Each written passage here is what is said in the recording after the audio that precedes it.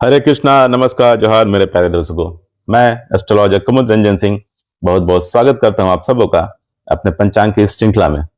प्यारे दर्शकों, इससे पहले कि मैं आज के दैनिक पंचांग का संपूर्ण विवरण आप सबों को दूं, मैं उन सभी प्रियजनों को अपने तहे दिल से बधाई देना चाहूंगा जिनका आज जन्मदिन है, और साथ ही उन सभी दंपतियों को भी बधाई देना चाहूंगा जिनकी आज मैरिज एनिवर्सरी है। भगवान शिव और माता पार्वती आप सबों के वैवाहिक जीवन को सदा सुखमय और खुशहाल बनाए रखे, इस कामना के साथ मैं 24 दिसंबर 2025 के दैनिक पंचांग का संपूर्ण विवरण आप लोगों के साथ साझा करने जा रहा हूं। प्यारे दर्शकों, 24 दिसंबर 2025 का दैनिक पंचांग कुछ इस प्रकार रहने वाला है। विक्रम संवत 2082, शक संवत 1947 है, कली संवत 5127 है, मास पौष मास, पक्ष शुक्ल पक्ष है, वार बुधवार, ऋतु शिशिर है, तिथि चतुर्थी होगी दोपहर के 1:11 PM तक, उसके बाद पंचमी तिथि आरंभ हो जाएगी। योग हर्षण होगा शाम के 4:02 PM तक, उसके बाद वज्र योग आरंभ हो जाएगा।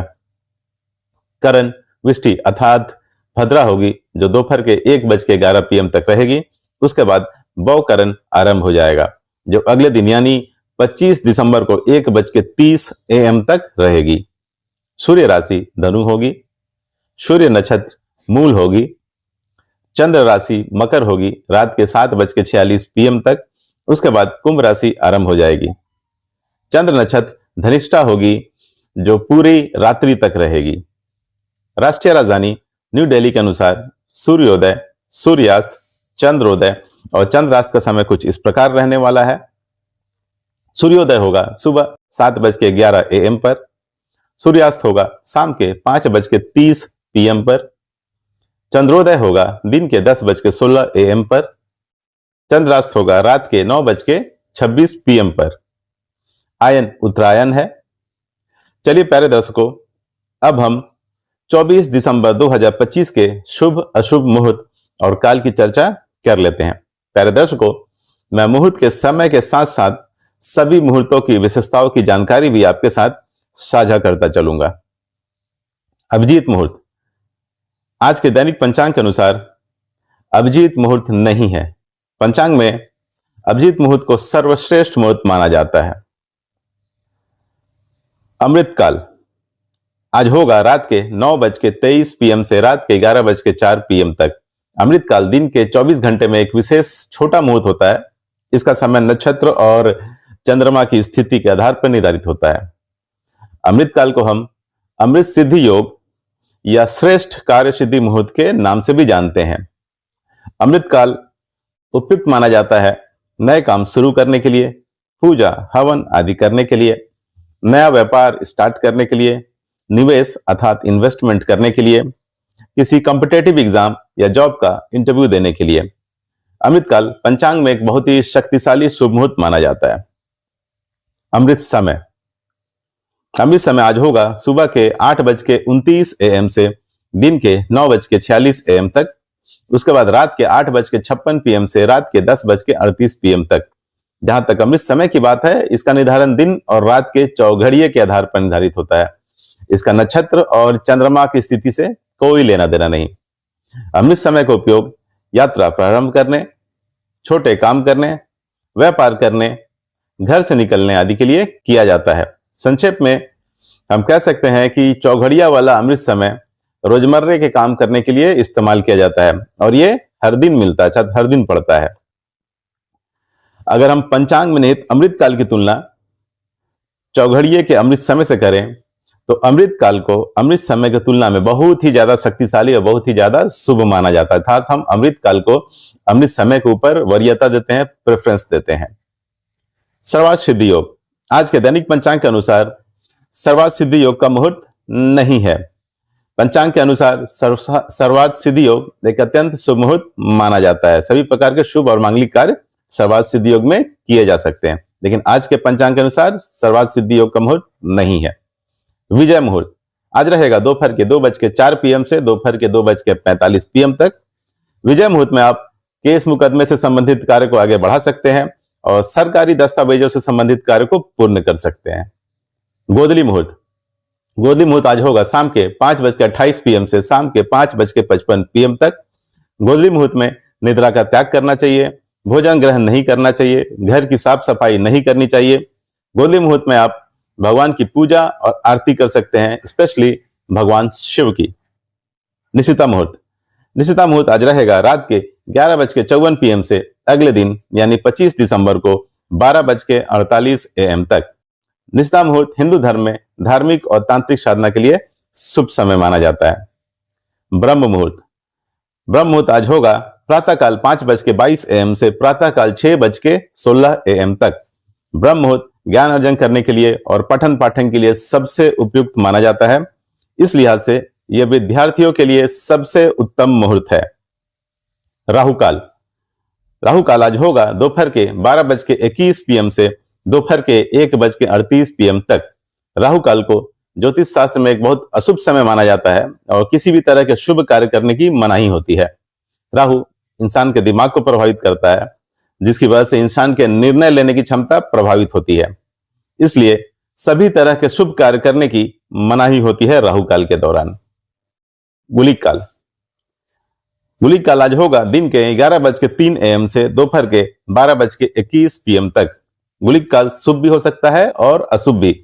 गुलिक काल में जो भी काम होता है वो रिपीट होता है अर्थात दोहराता है।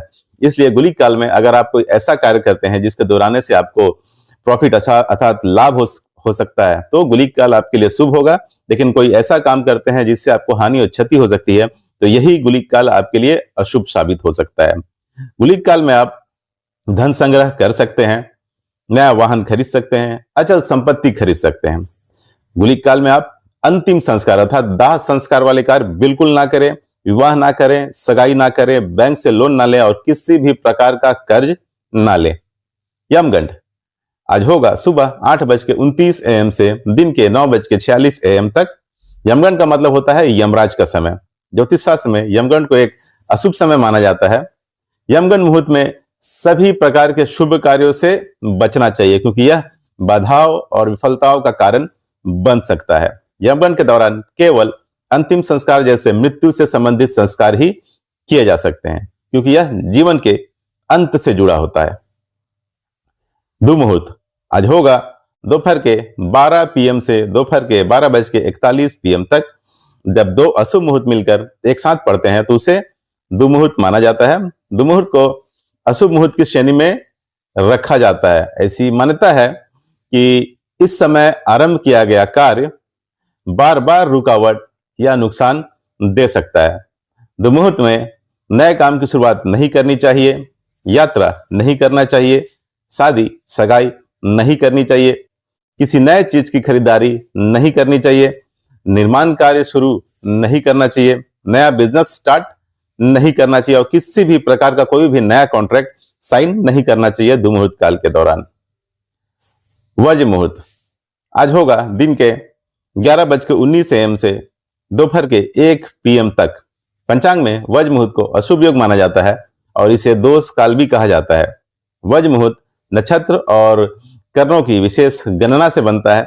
यह समय गणितीय रूप से ऐसा होता है कि ग्रह नक्षत्र शुभ कार्यों के लिए अनुकूल नहीं माने जाते। इस अवधि में शुभ कार्य की शुरुआत नहीं करनी चाहिए, शादी सगाई नहीं करनी चाहिए, गृह प्रवेश नहीं करना चाहिए, नया काम शुरू नहीं करना चाहिए, पूजन हवन नहीं करना चाहिए तथा महत्वपूर्ण यात्रा भी नहीं करनी चाहिए। गंडमूल आज के दैनिक पंचांग के अनुसार गंडमूल का मुहूर्त नहीं है। पंचांग के अनुसार गंडमूल एक अशुभ मुहूर्त माना जाता है और इस योग में जन्म जातकों के लिए गंडमूल नक्षत्र शांति पूजा, जिसे हम सत्ताईसा पूजा भी कहते हैं, करवाना अनिवार्य होता है। लेकिन आज के दैनिक पंचांग के अनुसार आज गंडमूल का मुहूर्त, गंडमूल का काल नहीं है। भद्रा काल भद्रा काल आज होगा सुबह के 7:11 AM से दोपहर के 1:11 PM तक। पंचांग में भद्रा को एक अशुभ मुहूर्त माना जाता है और सभी प्रकार के शुभ और मांगलिक कार्य इस मुहूर्त में वर्जित माने जाते हैं। पुराने के अनुसार भद्रा भगवान सूर्यदेव की पुत्री है और शनिदेव की बहन। किसी भी मांगलिक कार्य में भद्रा योग का विशेष ध्यान रखा जाता है क्योंकि भद्रा काल में मंगल उत्सव की शुरुआत और समाप्ति दोनों बहुत अशुभ मानी जाती है। भद्रा काल में मुंडन, विवाह, गृह प्रवेश, तीर्थ स्थलों का भ्रमण, निवेश अर्थात इन्वेस्टमेंट, ये सभी कार्य बिल्कुल ना करें। भद्राकाल उपयुक्त माना जाता है अपने दुश्मन पर प्रहार करने के लिए, हथियारों का इस्तेमाल करने के लिए, सर्जरी या ऑपरेशन से रिलेटेड कार्य करने के लिए, किसी के विरोध में कानूनी कार्रवाई करने के लिए, आग लगाने के लिए तथा भैंस, घोड़े और ऊंट आदि जानवरों से संबंधित किसी कार्य को करने के लिए। पंचक, आज के दैनिक पंचांग के अनुसार पंचक का मुहूर्त नहीं है। पंचांग में पंचक को एक अशुभ मुहूर्त माना गया है और सभी प्रकार के शुभ और मांगलिक कार्य इस मुहूर्त में वर्जित माने गए हैं। दिशाशूल आज उत्तर होगी, इसलिए किसी विशेष प्रयोजन के लिए उत्तर दिशा की ओर यात्रा को अवॉइड करें। प्यारे दर्शकों, एक बात का ख्याल रखिएगा कि अगर राहु काल के दौरान कोई शुभ मुहूर्त बन रहा हो तो उस शुभ मुहूर्त का त्याग कीजिएगा, क्योंकि वो शुभ मुहूर्त राहु काल में अपना शुभ प्रभाव देने में सक्षम नहीं होगा। प्यारे दर्शकों, इस तरह से मैंने 24 दिसंबर 2025 के संपूर्ण पंचांग का विवरण आप लोगों के साथ साझा कर दिया है। भगवान श्री हरि विष्णु और महादेव की कृपा आप सबों पर और आपके परिवार पर हमेशा बनी रहे, इस आशा के साथ विदा लेना चाहूंगा। तब तक के लिए नमस्कार, जय श्री कृष्णा।